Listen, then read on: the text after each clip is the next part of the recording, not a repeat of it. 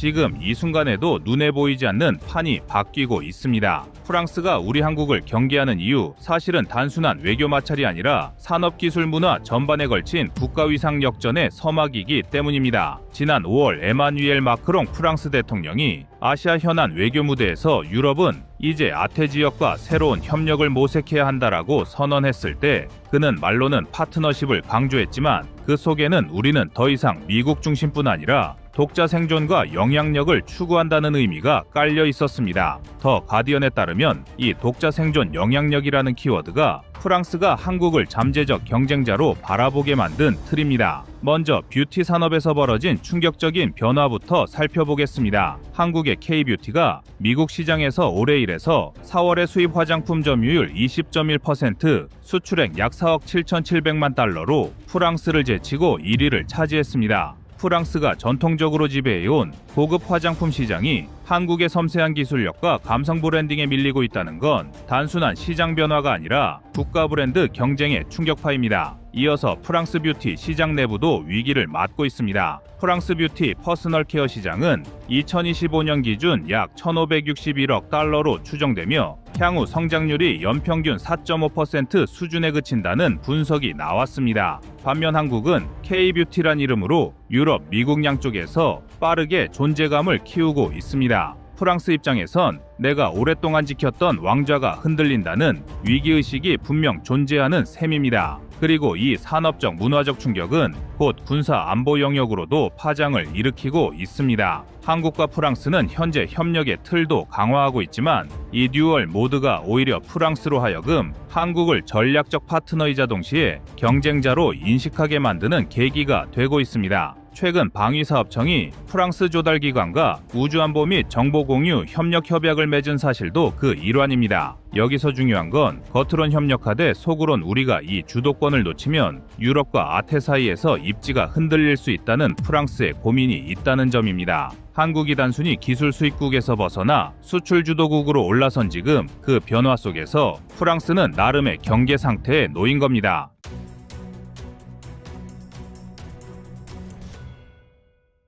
프랑스의 경계심은 두려움의 다른 이름입니다. 그리고 그 두려움은 곧 존재감의 인정입니다. 프랑스는 한국을 견제하면서도 손을 내밀 수밖에 없습니다. 왜냐하면 지금의 세계 산업 구조에서는 한국 없이 완성되지 않는 공급망이 이미 만들어졌기 때문입니다. 실제로 프랑스의 원전 방산 반도체 배터리 산업 곳곳에는 한국 기술이 깊게 스며 있습니다. 2024년 EDF가 추진한 차세대 소듐 냉각 고속로 실증 프로젝트에 한국형 소재 기술을 도입했고 탈레스는 한국산 복합 소재를 사용한 방열 시스템을 공동 개발 중입니다. 프랑스 언론 르피가로는 한국은 이제 기술 납품국이 아니라 산업 생태계의 동반자라고 평가했습니다. 그 말 속엔 인정과 경계가 동시에 담겨 있었죠. 프랑스는 유럽 중심주의라는 오랜 자부심 속에서 세상을 봐왔습니다. 하지만 지금 그 프레임을 깨는 나라가 있습니다. 바로 한국입니다. 프랑스가 아프리카, 중동, 동유럽에 파견한 외교단이 한국 방산의 진출이 유럽 안보 체계에 균열을 낼 수 있다고 우려 보고서를 낸 이유도 바로 여기에 있습니다. 그러나 역설적으로 그 위협은 유럽이 한국을 대등한 기술 파트너로 받아들이기 시작했다는 증거이기도 합니다. 이제 한국의 전략은 분명합니다. 단순한 수출이 아니라 유럽 속에서 한국의 표준을 심는 것입니다. 예를 들어 한화오션이 영국 바브콕과 함께 캐나다 잠수함 사업에 참여하는 순간 한국의 조선 기술은 이미 북대서양을 건너 유럽 조선 산업의 표준이 되기 시작했습니다. 한국이 만든 K-디젤 잠수함 설계는 프랑스의 스콜펜보다 작지만 작전 지속력은 2배, 그리고 단가 경쟁력은 30% 이상 우세합니다. 이런 데이터는 프랑스 기술의 우위라는 환상을 무너뜨렸습니다. 그리고 무엇보다 중요한 건 한국의 기술 속도입니다. 프랑스가 하나의 원전을 짓는데 15년이 걸릴 때 한국은 7년이면 완공합니다. 프랑스가 차세대 전투기 FC AS를 2040년에 실전화하겠다고 할 때 한국은 KF-21을 이미 2028년에 배치합니다. 프랑스가 논의 중일 때 한국은 이미 실무를 띄우고 있는 겁니다. 바로 이 결단의 속도가 프랑스가 두려워하는 진짜 이유입니다. 프랑스가 한국을 경계한다는 말, 그 그건 단순히 경제나 시장 점유율의 문제가 아닙니다. 이건 한국이 과거 기술 후진국이라 불리던 시절의 굴레를 완전히 찢어버리고 프랑스가 100년 넘게 쌓아온 산업의 상징들을 하나씩 넘어서는 순간들이 쌓이면서 생긴 국가적 자존심의 균열입니다. 한국은 지금 프랑스의 심장부, 즉 원자력, 철도, 방산, 문화산업까지 들어가고 있습니다. 체코의 두코바니 원전 사업은 그 상징적인 사례였습니다. 프랑스 EDF가 거의 확정 단계까지 갔던 이 계약을 한국 수력원자력이 APR 1400으로 정면 돌파했습니다. 단순히 가격이 싸서가 아닙니다. 가동 효율 37.5%, 60년 이상 운전 수명, 1400메가와트급 출력을 갖춘 이 원전은 유럽 기준 안전 인증을 모두 통과했습니다. 무엇보다 체코가 신뢰한 건 한국의 납기 준수율 100%라는 사실이었습니다. 프랑스가 건설 중인 플라망빌 3호기는 공정이 10년 넘게 지연되었지만 한국은 아랍에미리트 바라카 원전을 계획보다 1년 앞당겨 완공했습니다. 체코 입장에서는 당연히 프랑스식 명품보다 한국식 실전 기술을 선택할 이유가 충분했던 겁니다. 프랑스 정보기관이 체코 관료를 포섭했다가 발각된 사건 이후 프랑스 외교부는 한국이 유럽 시장 질서를 흔든다고 비공식적으로 언급한 것도 이 때문이죠. 그 다음은 고속철도입니다. KTX의 기술적 뿌리는 프랑스 태제베였지만 지금의 한국 고속철도는 완전한 국산 플랫폼으로 진화했습니다. 최고속도 시속 320km, 정시운행률 99.7%, 에너지 효율은 태제베보다 8% 이상 높습니다. 실제로 2023년 카자흐스탄 고속철 입찰에서 프랑스 알스톰이 제안한 가격보다 한국이 15% 저렴하면서도 납기 기간을 절반으로 제시해 유럽 관계자들이 충격을 받았습니다. 프랑스는 그때 깨달았습니다. 이제 한국은 기술 수입국이 아니라 수출국이다. 방위 산업에서도 상황은 다르지 않습니다. 프랑스의 다소, 네이벌그룹, 탈레스가 오랫동안 아프리카 중동 시장을 지배했지만 지금 그 시장에 한국의 한화, 카이, LIG 넥스원이 들어오고 있습니다. 천공투가 중동에서 1조 4,770억 원 규모로 수출 계약을 따내고 K9 자주포가 8개국에 1,700문 이상 납품되면서 프랑스제 자주포 카이사르의 점유율을 밀어냈습니다. 프랑스가 자랑하던 스콜펜급 잠수함보다 KSS-3 장보고3가 훨씬 조용하고 작전 지속 일수는 2배 이상입니다. 장보고3의 소음은 95데시벨 이하, 즉 바닷속에서 고래 소리보다 낮습니다. 프랑스는 그 기술력의 차이를 인정하면서도 한국이 유럽 국가들과 경쟁 구도를 만든다는 사실 자체의 불편함을 감추지 못하고 있습니다. 한국은 이제 그 경계심을 두려워하지 않습니다. 오히려 그걸 인정의 증거로 받아들입니다. 반면 프랑스가 견제한다는 건 우리가 더 이상 뒤따르는 나라가 아니라 추월 차선에 올라탔다는 뜻입니다. 그리고 한국의 대응은 단순한 감정이 아니라 전략입니다. 원전에서는 유럽형 규제 기준을 철저히 연구해 국제표준 설계 인증을 확보했고 방산에서는 나토 코드 인증과 EU 수출 허가 절차를 한국 기업이 직접 소화하도록 체계를 바꿨습니다. 기술, 외교 산업을 하나의 생태계로 묶은 한국식 구조가 만들어진 겁니다. 프랑스가 문화 강국이라 자부하던 영역에서도 한국은 새로운 흐름을 만들어가고 있습니다. 2025년 기준 K 콘텐츠의 해외 수출액은 150억 달러를 넘어서며 프랑스 전체 문화 수출액의 60%를 돌파했습니다. 드라마와 K-뷰티가 결합한 형태의 글로벌 브랜딩은 프랑스가 수십 년간 쌓아온 명품 산업의 이미지를 젊은 세대에게서 밀어내고 있습니다. 파리의 백화점에서 한국 화장품 브랜드 설화수가 샤넬 옆에 진열되고 런던 패션위크 무대에 한국 디자이너들이 선다는 건 단순한 유행이 아닙니다. 문화, 기술, 브랜드가 한 나라에서 동시에 성장하는 기적의 현상입니다. GDP 2조 달러, 수출 세계 6위, 방산 수출 세계 4위, 원전 수주율 아시아 1위. 이 수치들이 프랑스가 경계하는 이유이자 한국이 더 이상 동아시아의 변방이 아니라 유럽을 위협하는 글로벌 중심으로 이동하고 있음을 보여주는 상징입니다. 이제 한국은 프랑스를 따라가는 나라가 아닙니다. 오히려 프랑스가 한국을 따라 분석해야 하는 시대가 왔습니다. 20년 전만 해도 프랑스의 태제베, 미라지, 에어버스, 루이비통이 부러움의 대상이었다면 지금은 한국의 KTX, KF21, K9, 그리고 K-뷰티가 세계의 기준이 되고 있습니다. 프랑스는 그 변화를 위기라 부르지만 세계는 그것을 한국의 시대라 부릅니다. 결국 프랑스의 경계는 한국의 성장 속도에 대한 경외심이자 스스로의 변화를 촉구하는 경종입니다. 한국은 그 경계의 시선을 두려워하지 않습니다. 오히려 그 시선이 우리를 더 강하게 만듭니다. 이제 우리는 따라잡는 나라가 아니라 규칙을 다시 쓰는 나라로 나아가고 있습니다.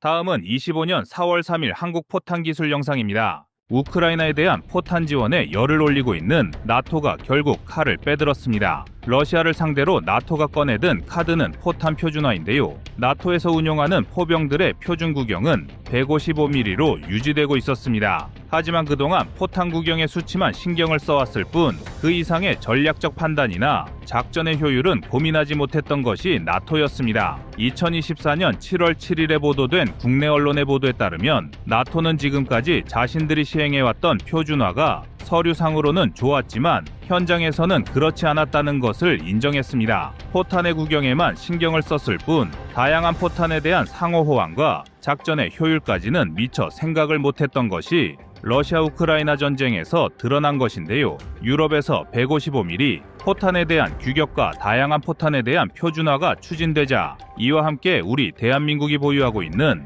155mm 포탄 전력에 대한 관심도 함께 높아지고 있습니다. 특히 국내외 군 전문가들이 대한민국의 포병 전력과 포탄 생산 능력에 대해 극찬을 아끼지 않고 있지만 많은 분들께서 아직 우리 대한민국의 포병 포탄에 대해서는 많은 정보를 접하지는 못하고 계신 것도 사실인데요. 그래서 준비했습니다. 오늘은 대한민국 포병 포탄의 모든 것을 자세히 알려드리겠습니다.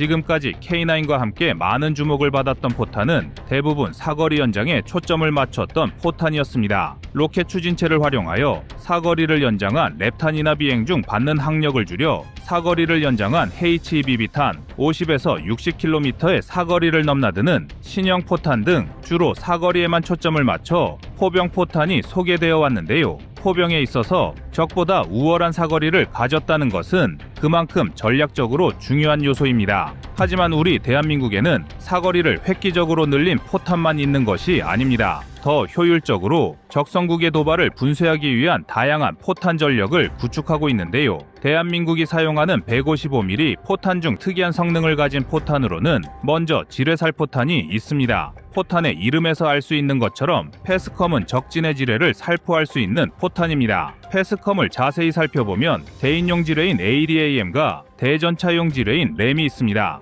대인용 지뢰는 한 발의 패스컴에 36개가 탑재되어 있으며 적진이 살포되면 각 지뢰는 6에서 8개의 인계철선을 자동으로 설치합니다. 그리고 적의 병력이 이 인계철선을 건드리면 지뢰가 폭발하는 원리를 가지고 있는데요. 반면 램은 한 발에 패스컴에 9개가 탑재되어 있으며 적진의 살포 후 적의 전차나 장갑차가 지뢰에 접근하게 되면 폭발함으로써 적의 주요 기갑 장비를 저지할 수 있습니다. 또한 패스컴은 상황에 따라 일정 시간이 지난 뒤에는 자동으로 자폭할 수 있도록 설계되어 있는데요. 만약 포병이 살포한 지뢰가 계속해서 여러 지역에 머물러 있다면 이후 그 주변을 기동하는 아군의 보병에게 위협이 된다거나 방역 시 해당 지역을 우회해야 한다는 문제가 발생할 수 있습니다. 그래서 이러한 단점을 미연에 방지하고자 우리 대한민국은 패스컴이 살포한 지뢰에 자폭 기능을 추가하여 운용하고 있는데요. 패스컴은 지뢰 살포, 4시간 이후에 자폭하는 단자폭과 48시간 이후에 자폭하는 장자폭으로 구분할 수 있습니다. 적의 징역과 기동을 오랜 시간 동안 저지하기 위한 경우에는 주요 기동로의 장자폭으로 적진의 지뢰를 살포할 수 있으며 아군이 반격을 준비하는 경우에는 단자폭을 활용하여 적을 묶어둔 다음 지뢰, 자폭 이후 신속한 반격이 가능하다는 전략적 이점을 얻을 수 있습니다. 다음으로는 2개의 ICM 포탄이 있는데요. 입맛 살상을 위해 사용하는 APICM과 기갑 전력까지 사냥하기 위한 DPICM이 있습니다. APICM은 일반적으로 사용하는 고폭탄보다 더 높은 살상력을 내기 위해 개발된 포탄입니다. APICM은 일발의 모탄 안에 수십 개의 자탄을 보유하고 있으며 적 표적을 향해 발사된 APICM은 공중에서 가지고 있는 자탄을 적진에 투하합니다. 그리고 투하된 자탄은 지면에 떨어진 다음 사람 머리 정도의 높이로 다시 튀어 올라 폭발하며 다수의 적군을 사살합니다. 단 한 발의 APICM으로도 수십 발의 수류탄이 사람 머리 위에서 터지는 것과 같은 효과를 낼 수가 있는 것입니다. 일반적으로 자주포, 박격포 등의 고폭탄은 지면에서 부채꼴 모양으로 파편이 튀기 때문에 지면에 엎드리거나 참호 등에 숨으면 그 위력이 반감되는 문제가 있었습니다. 고폭탄도 시한신관을 장착하여 공중에서 파열시킬 수도 있으나 적을 일시에 소멸시킬 정도의 위력은 아니었는데요. 하지만 APICM을 사용하면 이렇게 참호나 엄폐물로 숨는 적까지 타격할 수 있기 때문에 훨씬 더 위력적인 타격이 가능합니다. 다만 논이나 적설지에서는 위력이 반감되고 강이나 호수 등의 지형에서는 사용이 불가능하다는 아쉬운 단점도 존재하고 있습니다. 하지만 우리 대한민국은 사전에 각 포병부대별로 제한지역과 사용불가 지역을 지도로 파악하도록 하여 실전에서 이러한 단점에 발목을 잡히지 않도록 철저하게 대비하고 있습니다. APICM이 적의 병력을 제압하는데 철저하게 집중했다면 DPICM은 적의 병력과 함께 전차, 장갑차 등의 기갑 전력까지 동시에 분쇄하기 위해 사용하는 포탄입니다. DPICM은 이중 목적이란 이름의 의미처럼 적의 병력과 기갑을 모두 잡는데 최적화된 성능을 가지고 있는데요. DPICM은 성형작약을 탑재한 자탄을 공중에서 방출합니다. 성형작약이란 탄두 내의 폭약을 오목하게 만들어 특정 방향으로 폭발 에너지를 집중할 수 있도록 한 폭약을 의미하는데 DPICM의 자탄은 자탄의 아랫부분을 향해 성형작약을 탑재하고 있습니다.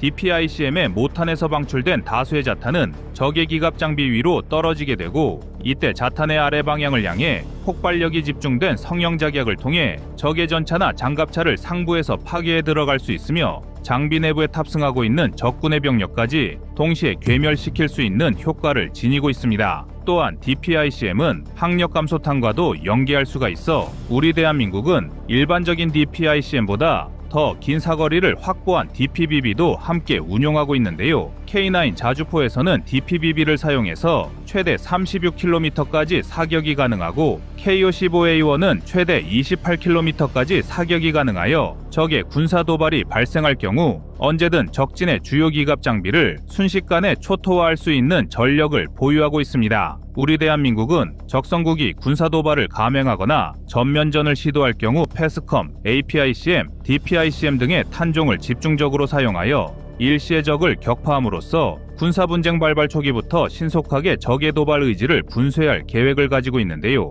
특히 적의 주요 지휘소나 장비고 또는 적 기갑 부대를 괴멸하기 위한 화력 경멸 지역에 다수의 이러한 포탄을 집중한다면 해당 지역을 말 그대로 불바다로 만들 수 있습니다. 그리고 이러한 살상용탄을 지원해주는 포탄들도 있습니다. 그 중에서 가장 유명한 탄종을 손꼽자면 바로 조명탄인데요. 흔히 조명탄이라고 하면 영화에서 주인공을 보조하는 장면으로만 기억하시지만 155mm 조명탄의 세계는 많은 분들의 생각보다 더 심오합니다. 155mm 조명탄은 1제곱미터씩 하강하며 120초의 시간 동안 적진을 비출 수 있습니다. 따라서 155mm 조명탄은 표적보다 600m 위에서 파열시켜야 최적의 조명 효과를 얻을 수 있는데요. 일반적으로 적군의 20m 상공에서 포탄을 파열시키는 살상용 포탄과는 다른 지점이 되겠습니다. 그리고 한 발의 조명탄만으로도 무려 1km의 작전 범위에 조명 효과를 지원해 줄 수 있는데요. 조명탄 지원은 영화에서 보는 것처럼 단순히 한 발만의 조명으로 끝나지 않습니다.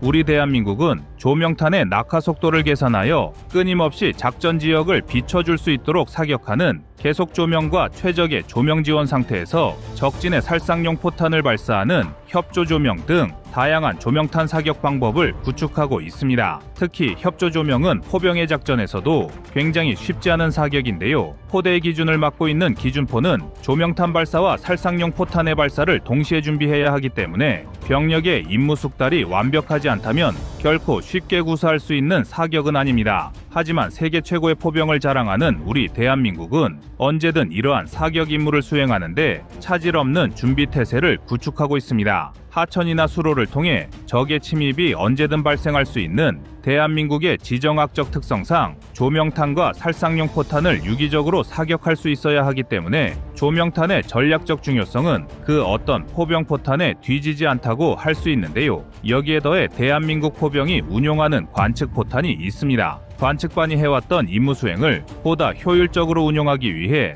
전방 관측용 카메라를 장착한 자탄을 활용하여 적진을 손쉽게 관측할 수 있도록 개발한 포탄입니다. 하지만 일각에서는 단순히 드론이 더 좋은 것이 아니냐는 의견을 제시하기도 했는데요. 하지만 관측 포탄과 드론의 효율은 비교가 불가능합니다. 만약 포병부대에 드론을 추가로 편제한다면 이에 대한 보급 소요가 늘어날 뿐만 아니라 드론을 운용하고 관리할 추가 병력을 따로 편제해야 하는 문제가 발생합니다. 반면 관측 포탄은 별도의 추가 병력이 필요하지 않고 포병부대가 사용해온 155mm 포탄을 기반으로 개발되어 보급 소요도 훨씬 적다는 장점을 갖추고 있습니다. 또한 드론이 단순히 전방에 대한 관측 임무만 수행할 수 있는 것과 달리 관측 포탄은 아군의 포탄 사격 임무를 보다 더 효율적으로 지원해준다는 장점을 제공합니다. 관측 포탄을 발사하기 위해 산출한 사격 재원을 기반으로 해당 표적에 대한 효력사 사격 재원을 곧바로 수정할 수 있기 때문에 별도로 다른 조정탄을 사격할 필요가 없습니다.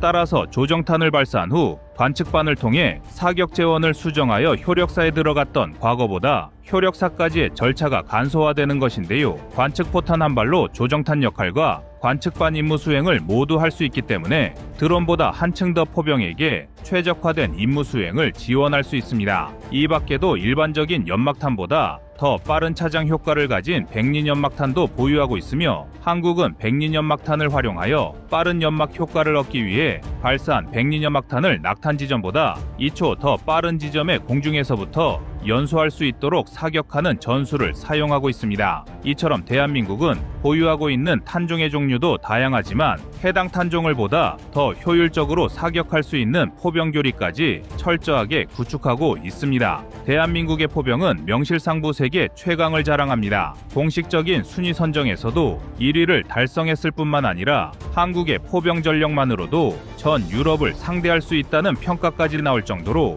압도적인 화력을 자랑합니다. 그리고 이러한 포병 전력의 위용을 직접적으로 끌어내는 것이 바로 다양한 종류의 포탄인데요. 우리 대한민국은 자주포와 견인포의 성능도 우수하지만 여기에 조합할 수 있는 다양한 포탄의 위력 또한 우월한 전력을 보유하고 있는데요. 그리고 앞으로 새로운 포탄의 개발과 함께 더욱 강력해질 준비마저 끝마쳤습니다.